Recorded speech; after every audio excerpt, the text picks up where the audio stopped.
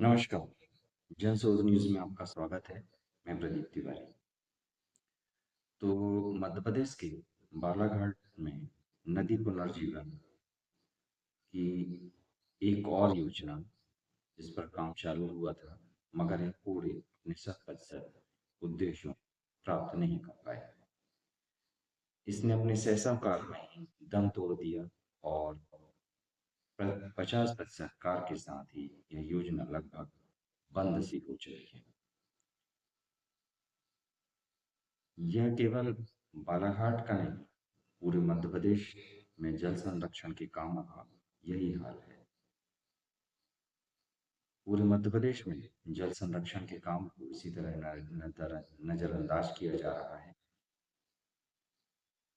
यह केवल उसकी एक बानगी है। बालाघाट जिले में नदी पुनर्जीवन के तहत देव नदी एवं इसकी सहायक नदियों को पुनर्जीवित करने का एक कार्य चालू किया गया था। एक योजना बनाई गई थी, उस पर अमल भी चल रहा था। बालाघाट जिले में इससे पहले इस तरह के प्रयास तन्नौर नदी पर भी हुए थे, मगर जिस तरह वे नाकाफी रह गए, उसी तरह यह नदी पुनर्जीवन की यात्रा भी अधूरी ही रह गई।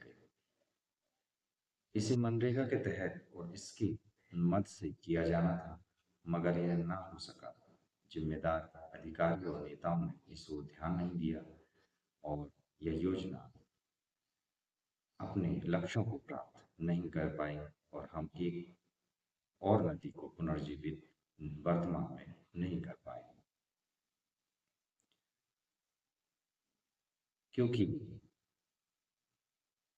जल की निर्मल धारा बहे, इस पर वैसे भी हमारे देश के और प्रदेश के नेताओं और अधिकारियों को विशेष ध्यान नहीं है, तवज्जो नहीं है।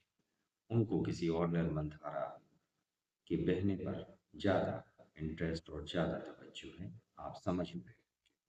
मनरेगा के तहत ये योजना में पहले चरण में 36 चेक डैम, 7 स्टाफ डैम और 7 टैंक बनने प्रस्तावित थे, जो हो न सका। दूसरे चरण में भी 21 चेक डैम, 4 स्टाफ डैम और 5 टैंक बनने की योजना थी, मगर वह भी हो न सका। इसी तरह तीसरे चरण में 20 चेक डैम, 4 स्टाफ डैम और 4 टैंक बनाने की योजना थी, वह भी हो न सका। यह केवल बालाघाट का हाल हो ऐसा नहीं, पूरे प्रदेश में, मध्य प्रदेश के सभी जिलों में जल संरक्षण के कामों का यही हाल है। जो जल एकत्रित है उसे तो बांट दिया जा रहा है, चाहे वो पीने के पानी के लिए, चाहे सिंचाई के लिए, वह भी आवश्यक है, मगर उसे सहेजने का कोई काम, विशेष प्रयास मध्य प्रदेश में होते जमीन में दिखाई नहीं पड़ते। कागजों में हो तो कहा नहीं जा सकता। पूर्व में चलने वाले जल संरक्षण के काम लगभग सभी बंद हैं।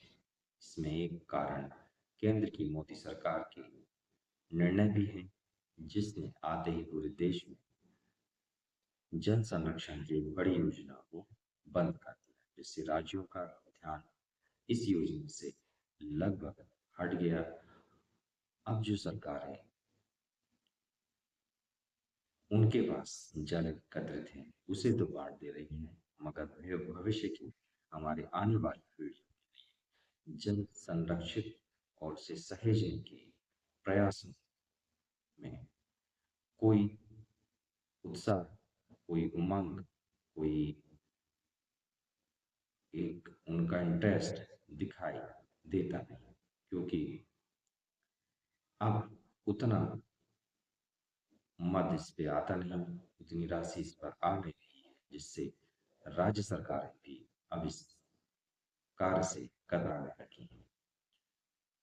जब राज्य सरकारें इस तरीके के कार्यों से कतराने लगी हैं, तो नीचे का महकमा अधिकारी भी उन कामों पर ज़्यादा ध्यान नहीं दे रहा है। नतीजा, हमारे जल स्रोत, हमारी नदियाँ धीरे धीरे खत्म होती जा रही हैं। अगर आप अपने जल स्रोतों और नदियों को बचाना चाहते हैं, तो राज्य सरकार और राज्य सरकार के नुमाइंदे आपके विधायक मंत्री और उनके प्रशासनिक नुमाइंदे आपके जिले के अधिकारियों से पूछिएगा जरूर कि आखिर जल संरक्षण के काम सरकारें क्यों नहीं कर रही, इतने महत्व के काम को सरकार प्राथमिकता के आधार पर क्यों नहीं कर रही। क्योंकि आप पूछेंगे नहीं तो वे बताएंगे। बेखौफ पत्रकारिता और बुलंद आवाज को देखना और सुनना चाहते हैं तो लाइक सब्सक्राइब करना ना भूलिएगा। देखते रहिए जनसुन। नमस्कार।